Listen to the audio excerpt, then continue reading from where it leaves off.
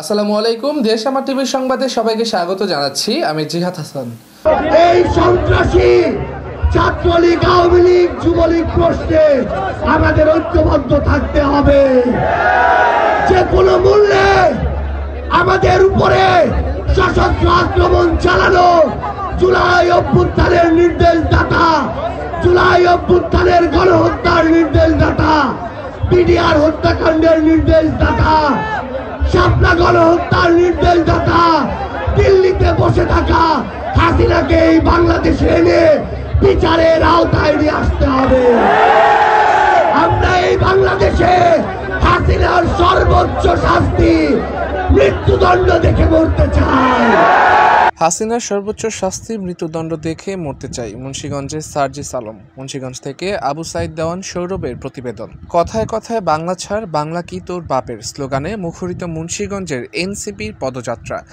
এনসিপির বক্তারা তাদের বক্তব্যে মুন্সিগঞ্জ ও নতুন বাংলাদেশ বিনির্মাণের কথা তুলে ধরেন। জাতীয় নাগরিক পার্টির এনসিপি মাসব্যাপী দেশ গড়তে জুলাই পদযাত্রা কর্মসূচির অংশ হিসাবে শুক্রবার দুপুর 12টার দিকে শহরের কৃষি ব্যাংক চত্বরের সামনে পথসভা অনুষ্ঠিত হয়।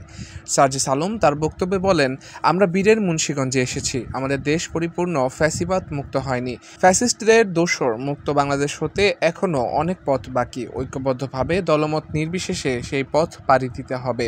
ফ্যাসিস্ট বিরোধী ছাত্রলীগ, আওয়ামী লীগের বিরুদ্ধে ঐক্যবদ্ধ থাকতে হবে। জুলাইয়ে গণহত্যাকারীর নির্দেশদাতা, বিডিআর হত্যাকাণ্ডের নির্দেশদাতা, শাপলা গণহত্যার নির্দেশদাতা, দিল্লিতে বসে হাসিনাকে এদেশে এনে বিচারের আওতায় নিয়ে আসতে হবে। হাসিনার সর্বোচ্চ শাস্তি মৃত্যুদণ্ড দেখে মরতে চাই। দেশের বাইরে বসে যারা হত্যার নির্দেশ দেয় তাদের গ্রেপ্তার করতে হবে। এই পথ চলা সবচেয়ে বড় সিন্ডিকেটের বিরুদ্ধে, সবচেয়ে বড় ফ্যাসিস্টদের বিরুদ্ধে। আমাদের অসংখ্য বাধা আসবে, সকলকে ঐক্যবদ্ধভাবে মোকাবিলা করতে হবে। নাহিদ ইসলাম তার বক্তব্যে বলেন, লড়াই এখনও শেষ হয়নি। মুজিববাদ, ফ্যাসিবাদ দূর করতে লড়াই চালিয়ে যেতে হবে। গোপালগঞ্জে হামলা করা হয়েছে, আরও 10টি স্থানে হামলা করা হলেও আমাদের দমন করা যাবে না। আমরা মুন্সিগঞ্জে ওয়াদা করতে এসেছি, ওয়াদা নিতে এসেছি। মুজিববাদের বিরুদ্ধে যে লড়াই ও ফ্যাসিবাদের বিরুদ্ধে যে লড়াই আমরা শুরু করেছি, সেই যুদ্ধ শেষ না করে আমরা থামব না। এছাড়াও মুন্সিগঞ্জের প্রবাসী, নদী ভাঙন, অবৈধ বালু উত্তোলন সহ মুন্সিগঞ্জের নানা সমস্যা নিয়ে কথা বলেন।